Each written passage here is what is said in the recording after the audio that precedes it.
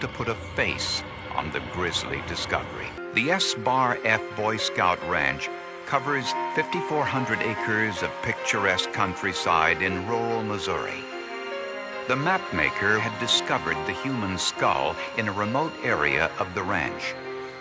Tina Orling was his supervisor. He was a professional mapmaker from Finland, and he saw the skull within the first few days here. He did not say anything to me or to anyone else about it because he was afraid. But 3 months later, just before he returned to Finland, the mapmaker finally told Tina about the skull. Using a detailed map of the ranch and following the mapmaker's directions, Tina and the scout ranger searched for the skull. They found what they were looking for in a sparsely wooded clearing. The sun was glinting off this white object. You could tell right away it was a skull, and I thought to myself, oh boy, we finally found it.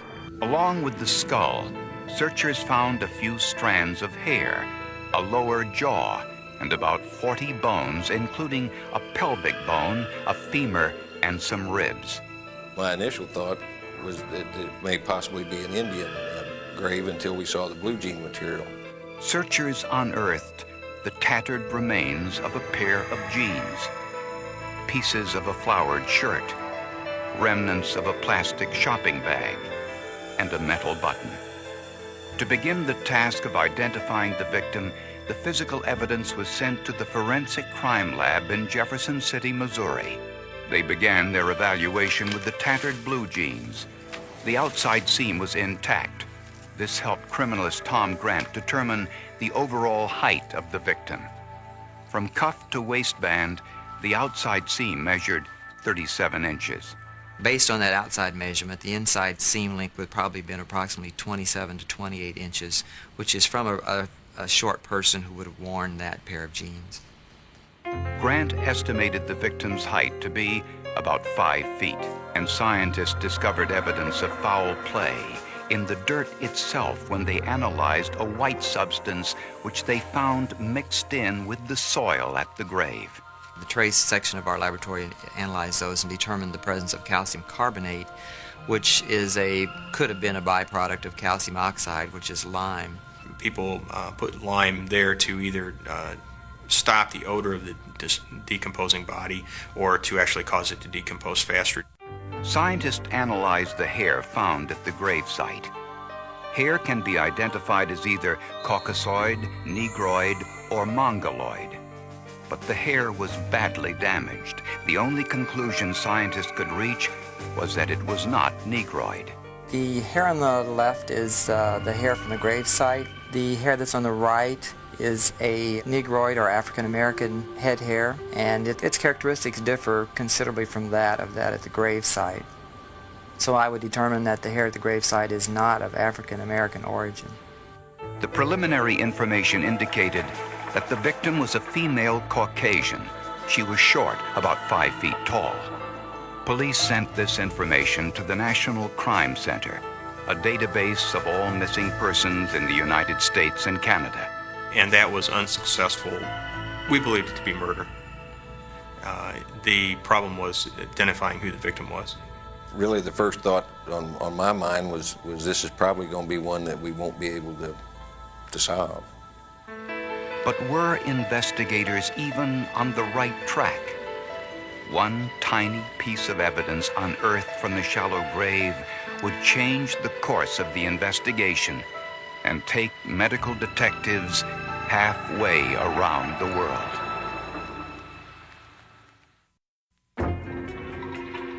Investigators believe that the skeletal remains found in the shallow grave had been there for less than 8 years and were those of a petite Caucasian female. One piece of evidence had puzzled investigators from the start: the small metal button found with the remains.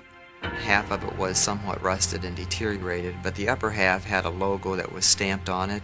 The letters TEXWOOD was present, Tex Wood, And in the O's there was a star-type pattern that was present. None of us at our laboratory had ever seen or heard of that logo before. But not even the FBI had heard of a product or company by the name of Texwood.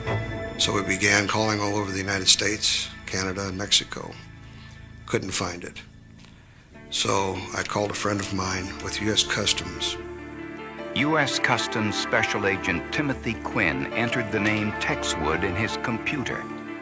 What he discovered gave investigators the first crucial break they needed to identify the victim. Checks of our computerized importer files were negative. Then had to make a series of phone calls, the last of which was to our national import specialists in New York. And from the Office of the National Import Specialist, we were able to determine that the name Texwood is a make of jeans that was manufactured strictly for consumption in Asia. The brand was not intended to be exported to the United States. This meant that either the victim had traveled to Asia before her death and purchased the jeans there, or was in fact Asian. To find out more, the bones were sent first to anthropologists at the University of Missouri and later to Colorado State University. If you have the right bones, you can find out everything you need. You don't need a complete skeleton. The more you have, the more complete picture you can have. For instance, a skull can tell an anthropologist about gender and race. The first step was to determine whether the skull was Caucasoid, Negroid, or Mongoloid, which includes Native Americans and Asians. A Mongoloid skull usually has broad, squared cheekbones. The anthropologist confirmed police suspicions that the skull was Mongoloid. The bridge of the nose, the squared cheekbones, the overall smaller features led me to believe that this was a Mongoloid. The anthropologist confirmed that the victim was indeed female. Since the cranial sutures were closed, and judging from the wear of her teeth, the anthropologist estimated that she was young, most likely in her mid-20s. The bones had smooth surfaces, an indication that the victim was not particularly muscular. Anthropologists estimated her weight to be approximately 120 pounds. And they learned something else from examining her pelvic bone. When a woman has delivered at least 2 children, the separating process of the pelvic bones creates a groove like this one. Such a groove was found on the pelvic bone at the gravesite. Investigators now knew that the victim had given birth to at least 2 children. Still, they were at a dead end. It's very frustrating because you cannot start the investigation of who committed the crime until you determine who the victim is. And you continually, it's like spinning your wheels, not going anywhere until you can identify the victim. With little else to go on, the next step was to give the unidentified skull a face. The skeletal remains told authorities what they were looking for: an Asian female who had given birth to at least 2 children. They knew she was petite, standing about 5 feet tall and weighing about 120 pounds. But what did she look like? Police asked the anthropologist to bring the skull to life through the technique of facial reconstruction. First, the reconstructionist makes a latex mold of the actual skull. Once the mold is made, the skull can be returned to police to be used as evidence. Then a plaster cast is made from the latex mold. Using this plaster cast, rubber pegs called landmarks are glued onto the cast. They represent tissue thicknesses at various points on the face. Facial tissue thicknesses differ from men and women and vary with race and age. Next, the landmarks are connected with strips of clay following the contours of the skull. Each individual skull is like a blueprint or a fingerprint. No two are alike. We follow this blueprint then to create our faces, following the shape, the bends of each skull. The spaces between the clay strips are then filled in to flesh out the face. Plastic brown eyes are carefully aligned and set in the sockets. and lids are molded. Final touches include a nose and lips. And because the victim was presumed to be Asian, the bust was given a black wig. The identity of the victim was still unknown, but police now had an important tool in their investigation, a face they hoped would jar someone's memory. They sent photographs of the bust to newspapers and television stations in the nearby cities, hoping for a response. The wait lasted just 3 days. Skeletal remains of a woman were found in St. Wheelie Francis Porn County. Cox was Identifying watching those television remains, Ann when she Newhouse saw focused the the bust on a investigation local on her news husband. program. Then I call my husband, tell my husband what I saw in the TV. Her husband Carmen picked up a newspaper, looked at the bust, and thought he recognized it as well. Called her back. I said, boy, it's awful close. I think we ought to do something. The Coxes said the bust looked like their friend who lived in a nearby town, 33-year-old Bunchy Nyhouse, whom they hadn't seen for the past 5 years.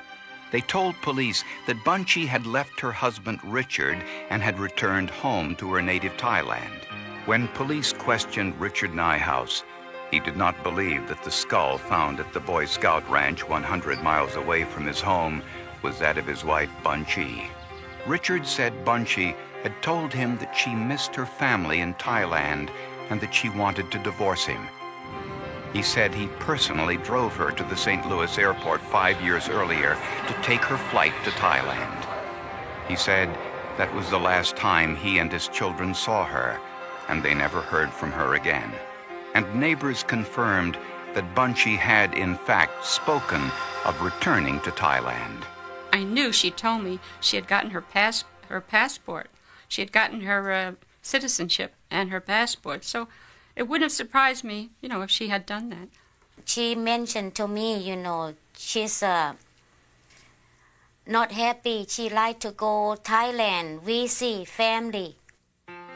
And if Bunchy was indeed the woman found in the shallow grave, why hadn't her family in Thailand reported her missing during the last 5 years?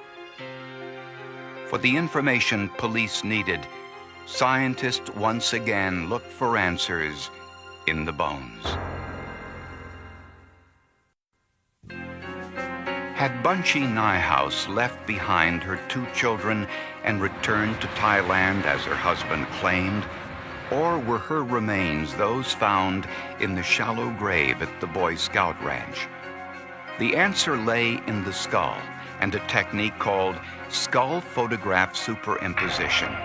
Police obtained this photograph of Bunchy from her husband Richard and sent it to the anthropology department at Colorado State University. Police also included a photograph of another Asian woman who was reported missing in Georgia. The photographic work was done by the late Dr. Michael Charney, a world-renowned forensic anthropologist at Colorado State University. Charney positioned the skull in the same pose as the photographs of both women, then superimposed slides of the skull over the photographs. The skull did not match the woman from Georgia, but it did match the photo of Bunchy Nyhouse perfectly. Face is at an angle. She's clowning around making a face. We find that the jawline is within the chin, the top is within the top of the head, the cheek is within, the eyes are in the orbits, the nasal opening corresponds to the nose, and the teeth match up very nicely to the jawline here. In spite of the fact that it's a very difficult angle to approximate, an expression to approximate, we felt this was a very good match. Now armed with a positive scientific identification, police turned their attention to Richard Nyhouse. They suspected that he knew more about his wife's disappearance than he was telling them. Her friends indicated that they had a very volatile relationship, that they argued quite a bit. And police also learned of a disturbing coincidence, that Richard Nyhouse was a Boy Scout leader and often camped at the Boy Scout ranch where police discovered Bunchy's grave. And I turned to my partner and we looked at each other and we just couldn't believe it. That's when we knew we had to formulate a game plan, and we'd have probably just one shot at him. It all started fitting together at that point. All the pieces started coming into place. When police confronted Richard Nyhouse with the forensic evidence, he confessed, although he gave conflicting accounts of what actually happened. He said Bunchy fell during a scuffle and hit her head accidentally, but admitted suffocating his wife. Was bleeding real bad. There was blood all over the place, and she was yelling, screaming. So I put my hands over her mouth and her nose, suffocated her. In light of the confession, forensic pathologist Dr. Mary Case examined the skull. She studied the small wound on the back of the skull and concluded that it was not the result of an accident, but rather the result of blunt trauma to the head. This is a very limited area. It's pushed inward, and we tend to see this kind of a depressed skull fracture when you strike the head with something that has very forceful impact over a very small striking surface. A hammer would be a good example of something that could do that. It's a tool. It's meant to strike, and all of the force is directed onto a very small striking surface. Based on the forensic evidence and parts of Nyhouse's confession, prosecutors believe that Richard and Bunchy argued one night in the basement of their home. We're not moving. We've been through this before. We are not moving, all right? Bunchy wanted to move into a new house. Richard refused, saying they couldn't afford it. And I'm taking the boys and leaving.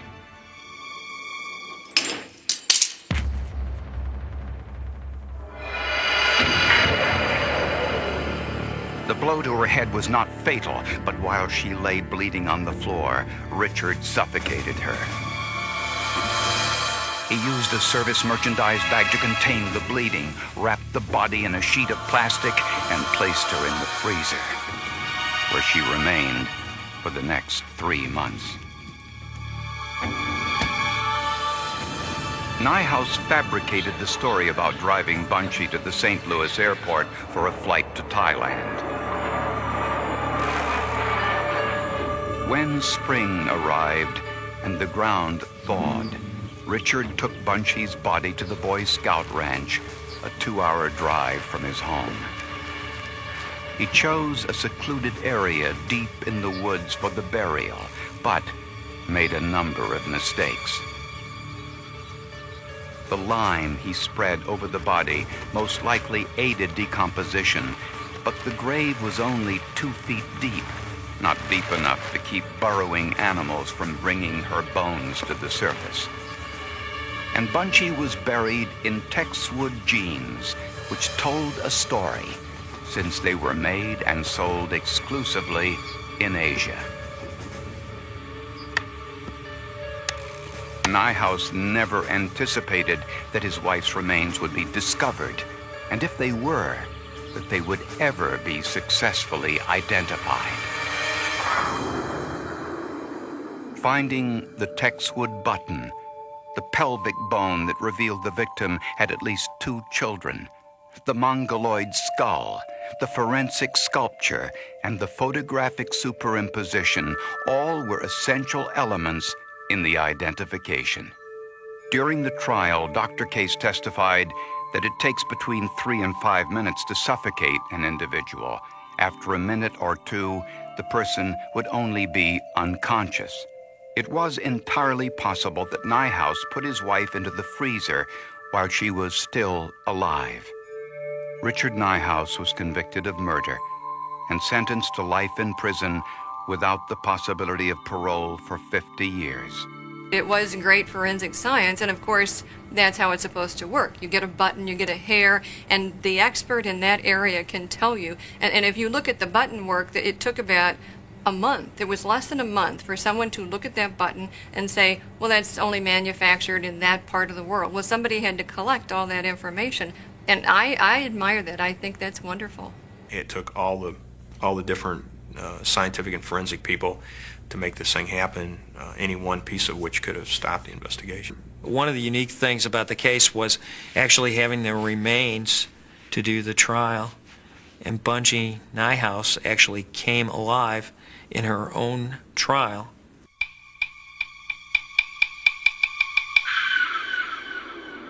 This was one of the few cases where a prosecutor got to try a murder case with the victim actually in the courtroom with him, speaking to the jury.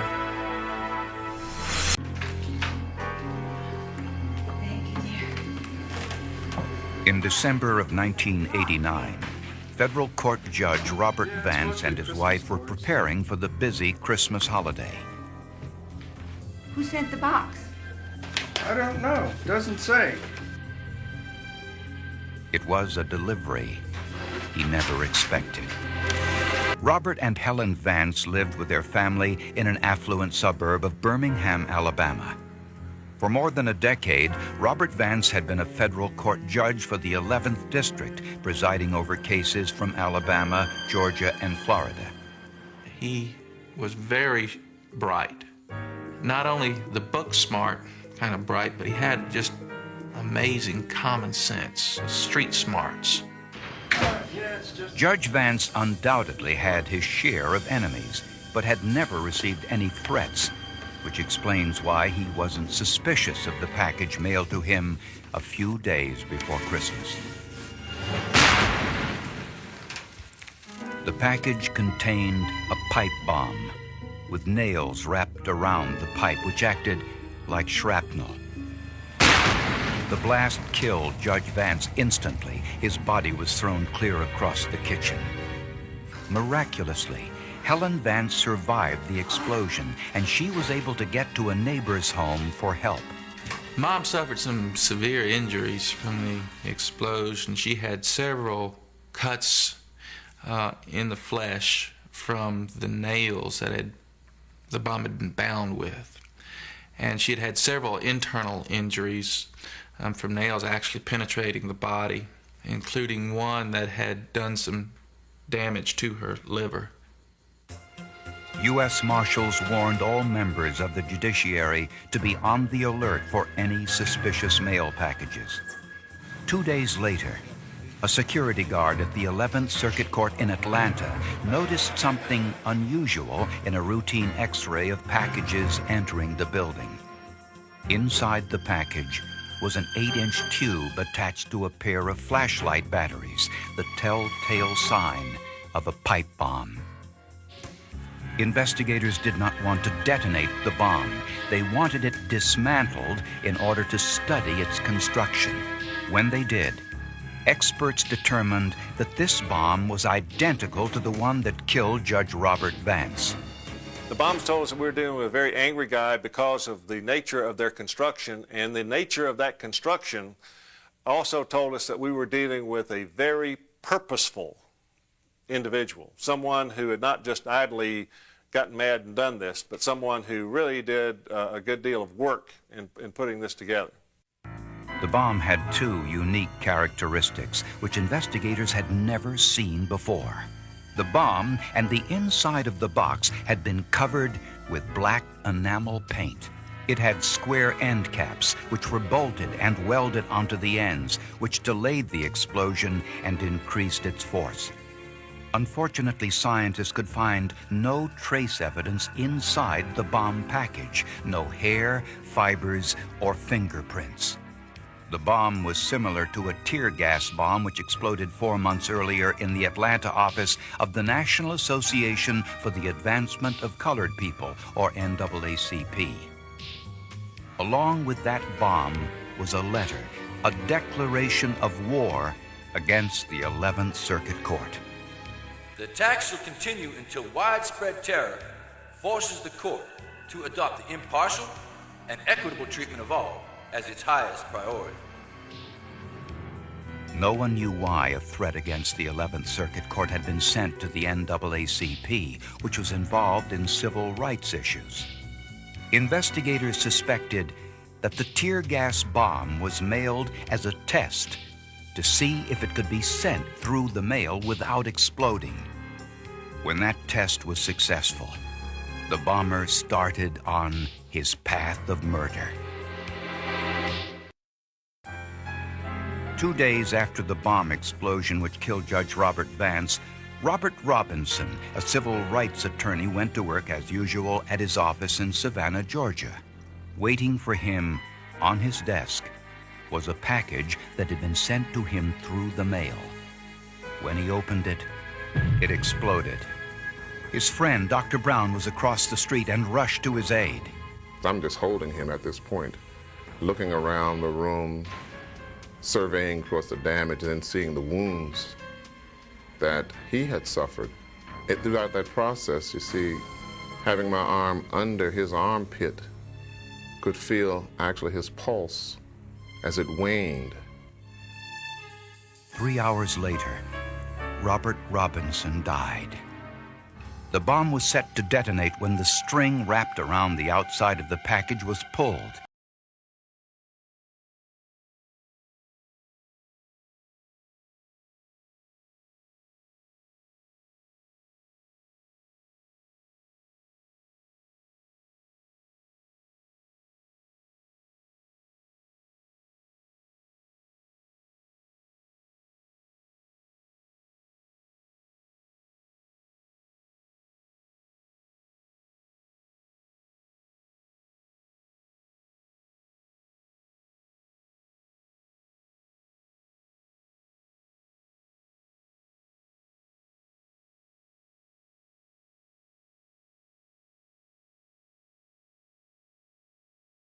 Genetic material such as hair or saliva on the mailing labels or on the backs of the stamps. These were very meticulously built bombs. So meticulous that some of the finest forensic machinery in the world failed to find one speck of DNA, one fingerprint, so much as a trace of powder under a fingernail. On the same day that Robert Robinson was murdered, Willie Dennis received an identical package in the mail. At the time, Willie Dennis was president of the NAACP office in Jacksonville, Florida. But Miss Dennis was late for a meeting, so she left her office before opening the package. That night at home, she received a phone call from a friend. He says, Lita, I don't know whether you've heard the news, but Bobby Robinson in Savannah, Georgia has received a bomb. And he was killed instantly.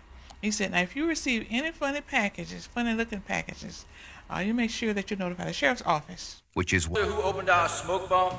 The officers of the NAACP have become targets for assassination. The letters and mailing labels had all been typed with the same typewriter, which had a signature flaw. The number 1 on the keypad did not match the typeface of the other keys. It was a replacement. There was a broken key which was replaced with a different type key. So that was fairly unique. I mean, the odds of finding another one with that same letter replaced with another typewriter was a fairly unique characteristic. The FBI searched the files of the 11th Circuit Court looking for any documents which might have been typed with the same typewriter. More than 1 million documents were examined. The FBI found one letter typed with the same typewriter. It had the same flaw. The number 1 was a different typeface. The letter dealt with an obscure life insurance case from 1987. And the sender was alive and well in the small town of Enterprise, Alabama. The investigation into these bombings became the largest and most exhaustive in the history of federal law enforcement. Investigators used every method at their disposal to find the typewriter used to type the letters and mailing labels on the bomb packages. Their investigation revealed that the same typewriter had been used by a man in Enterprise, Alabama, Robert Wayne O'Farrell, to type a letter about an insurance dispute. My sense of the typewriter match that led them to Enterprise was that this was believed by agents to be almost tantamount to a fingerprint. I mean, a solid forensic link. O'Farrell was a junk dealer, and investigators searched every inch of his home, garage, and warehouse. They even excavated his septic system, but they couldn't find the typewriter. O'Farrell recalled typing the insurance letter, but couldn't remember what happened to the typewriter. His daughter had a vague recollection of selling it to a young woman about a year earlier, but could provide no description of the buyer, and she had no receipt of sale. With the typewriter now a dead end, investigators were left with the bombs as their main source of evidence. Pictures of the bombs were distributed to bomb experts throughout the country. No one had ever seen a bomb constructed quite like this before. Got a call from a very good friend of mine, Lloyd Irwin, who is a chemist, analyst of ATFs up in Atlanta. And Lloyd called and asked, what did I have? And I said something to the effect, the damnedest pipe bomb I've ever seen. It's got a threaded rod that ran right through the middle of it. And I went on to say something to the effect that I'd never seen or heard of such a design feature in a pipe bomb before. And his response was, well, I have. I said, oh, tell me about it. Lloyd Irwin recalled a similar bomb many years earlier, one with a rod through the center and the same distinctive square end caps.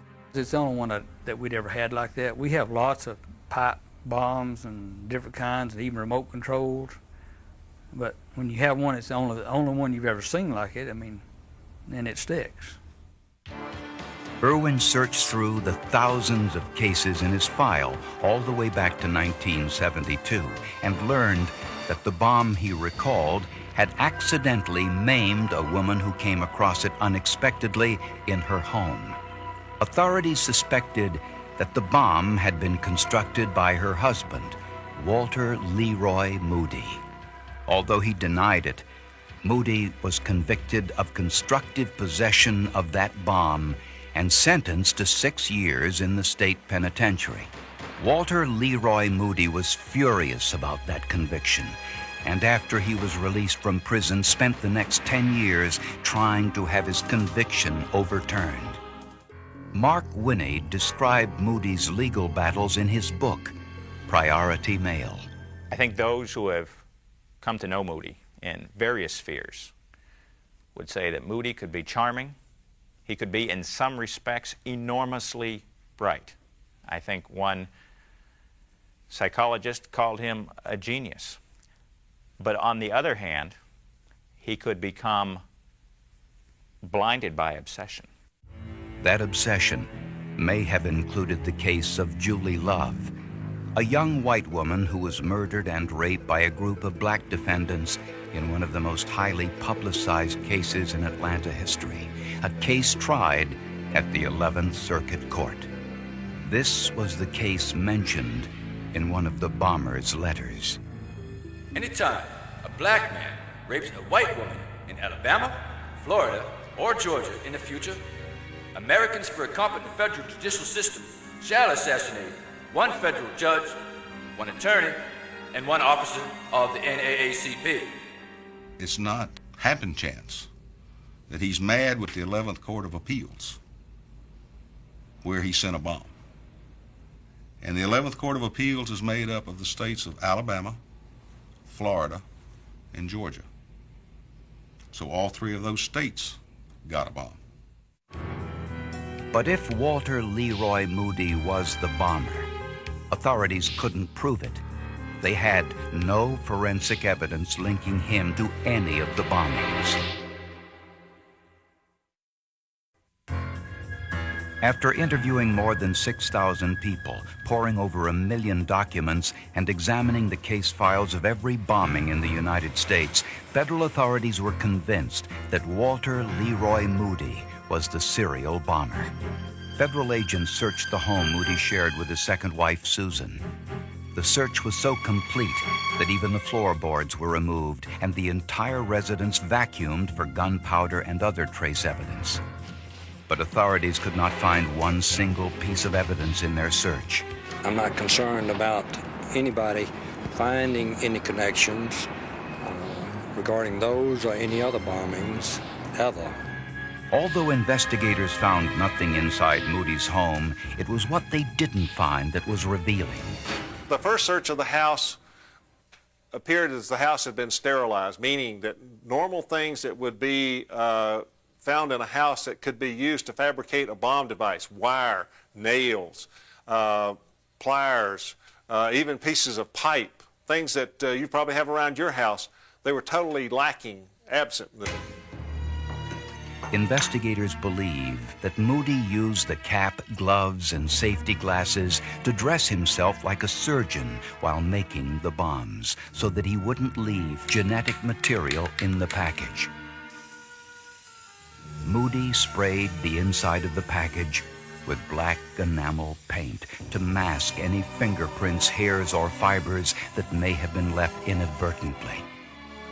Prosecutors believe that Moody removed all of the materials he used to make the bombs before his home was searched. Susan Moody also confirmed that she had purchased a used typewriter for her husband, which had later been thrown away.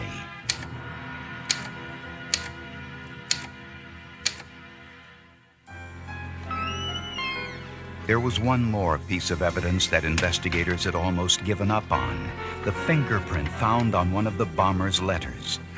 Susan Moody told the FBI that she had copied the letters for her husband in a small shop in Florence, Kentucky. Excuse me? I think the copier is out of paper.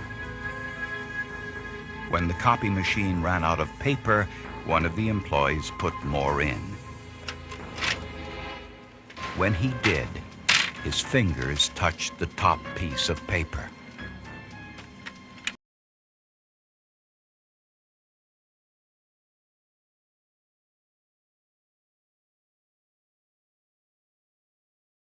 Moody's story. It was the link investigators needed to tie Moody to the bombs. And that's where they bought the boxes that contained the bombs, and it's where they did some Xeroxing. And to prove that they did the Xeroxing, the fingerprint was there. The fingerprint did not change. The pattern on the Xerox machine changes over a period of time, so forensically, that fingerprint, to the exclusion of everything else in the whole world, put them at the place that she said they were, where they bought the boxes. If you look at Susan Moody's testimony by itself, there could have been the potential for the defense to say, this is the ex-wife who has a motive to want to stay out of jail. But the key is that much of what Susan Moody testified to could be corroborated by forensic science.